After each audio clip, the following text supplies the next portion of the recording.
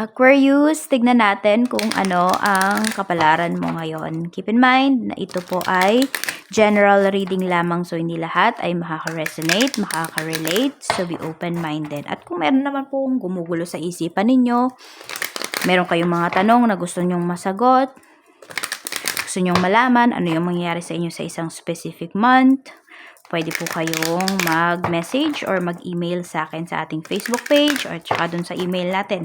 Nandyan po yan sa description box.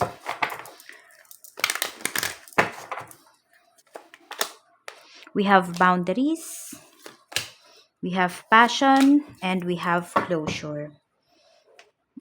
Okay, parang meron ka pang gustong gawin dito. Parang feeling mo may unfinished business ka pa.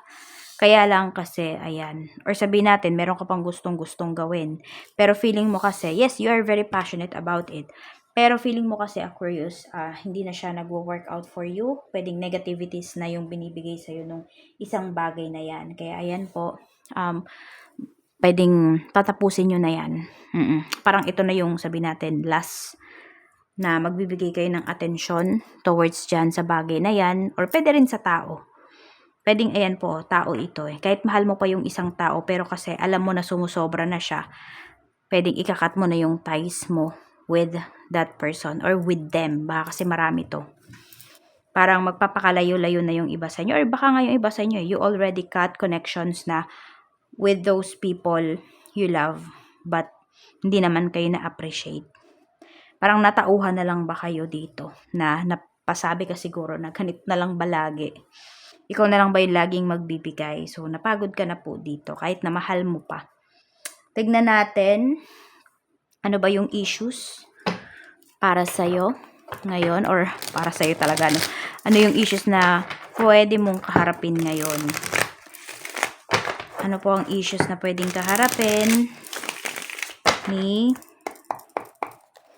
Aquarius Spirit Guide? Okay, meron tayong the High Priestess. Okay na. May nag-take ba ng exam dito? May iba po sa inyo, ayun. You give your best naman, pero parang hindi kayo nakapasa. So, pwedeng hindi pa kasi ito yung time para talaga, para dyan sa exam nyo na yan, para makapasa kayo. For some of you naman, pwedeng ito ay visa ninyo. Meron naman, hindi pa kayo umaalis. Pero ito na yung issues ninyo. Gusto nyo umalis. Pero at the same time, natatakot kasi kayo. Ang dami nyong what ifs. Yan. Kung feeling mo, Aquarius, binigay mo na lahat towards dito sa sitwasyon na to, towards dito sa connection na to. Tapos, alam mo yung pagod ka na. Pero alam mo na nabigay mo na lahat. Then maybe it's time to go na. Huwag ka na masyadong maraming what ifs. Yan. Pero kung feeling mo may what ifs ka pa talaga dito, hihintayin mo pa ba talaga na maubos ka bago ka umalis? Mas gamitin mo daw yung isip mo dito. So, yun po, parang nagdadalawang isip pa kayo dito. May mga pinagdadalawang isipan kayo dito. Yan yung issues ninyo. Pero sinasabi ni Universe, follow your intuition, mas gamitin mo yung isipan mo. Check natin sa love life naman. Spirit guide, sa love life naman po, kamusta? Sa love life po. Ito yung mensahe na gusto mong sabihin or gusto niyang sabihin sa'yo, pero kinikim-kim na lang. Parang tinatago na lang ba? Kuha tayo ng dalawa. Tignan natin. We have, I cannot support your actions. It's too much for me to deal with. Meron ba dito? Pwedeng sa relationship, lagi mo bang ino-open sa person mo yung pagpapakasal? Parang atat ba yung iba sa inyo, Aquarius? Parang do na turn off yung person mo? Hindi dahil sa hindi niya nakikita na ikaw yung gusto niyang makasama ha. Hindi dahil sa ganun, kung hindi, na bibilisan siya, na pe-pressure siya sa'yo. Meron din naman po dito, pwedeng kunwari, it's either yung person mo sobrang ambitious niya, or pwedeng ikaw, di ba? Kung sino man sa inyong dalawa, hindi niya kayang suportahan yun. Napifeel mo yan. Kunwari, yung iba sa inyo, nag-open kayo ng business. Di man lang kayo sinusuportahan nitong person mo. Di ba? Pero pag siya, yung nag-open ng business, siya yung may may plano na ganito ganyan, lagi kang nakasuporta. Kaya nga laging feeling mo ikaw yung nagbibigay dito. Ano talaga, kulang po yung binigay sa'yo ng person mo. Hindi niya nasuklian, hindi na reciprocate yung love na binigay mo dito. Kaya yung iba sa inyo nagdaramdam talaga kayo. Kaya nga ayan o, kahit mahal nyo pa yung iba po sa inyo, pwedeng aalis na kayo kasi hindi mo makita na mag-grow ka kasama yung taong to. I have karmic debts that need to be paid before I can come back to you. So, di ba may iniwan nga dito? Pwedeng kayo to. Pwedeng kayo yung umalis. Pwedeng kayo yung iniwan. Tignan nyo na lang kung sino ba nga kayo dyan. So, tignan natin. Ayun nga, may umalis dito. Or sabihin natin, hindi ka maharap ng taong to ngayon.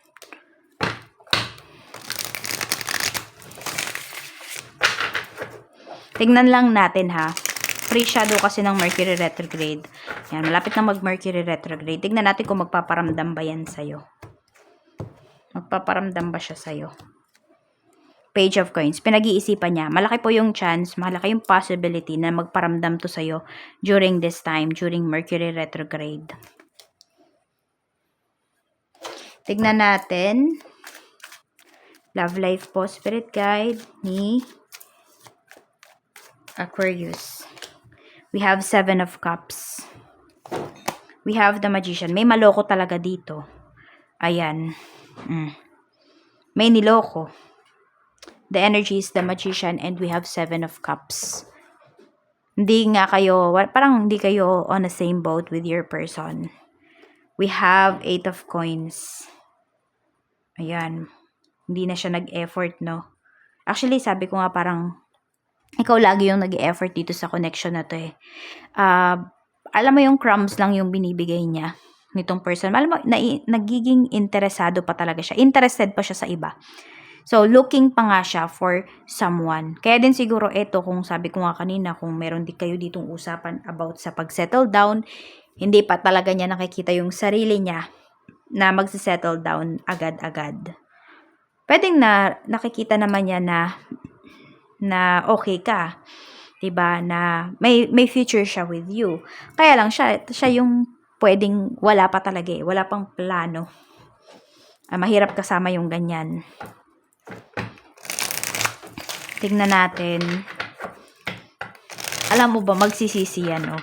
Or ano nga, kung naka-move on ka na talaga dito, magsisisi yung tao na yan.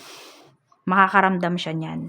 Huwag kang mag-alala kasi, yun, hindi niya din agad-agad makukuha yung katahimikan at saka yung saya na hinanap niya sa iba.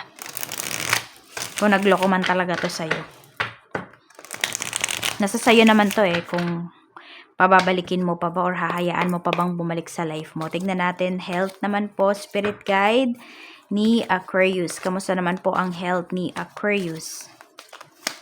We have 5 of Pentacles, so may struggle kayo dito. Pwedeng ganito, meron kayong maintenance. Either tinitipid nyo yung maintenance nyo na to. Don't know kung hinahati nyo ba. Kung hindi man kayo yan, could be parents po ninyo. Baka kayo yung nagbibigay sa kanila ng pang-maintenance. Pero tignan natin. Or pwedeng may nakakaligtaan kayo dito na vitamins, iniinom.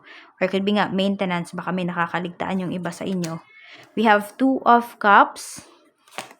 Meron tayo ditong 9 of Cups. Parang simula nung iniwan kayo nung taong to, hindi nyo na naalagaan yung health ninyo. Kaya pwede po na lumala yung sakit na mayroon na kayo already. Yan no?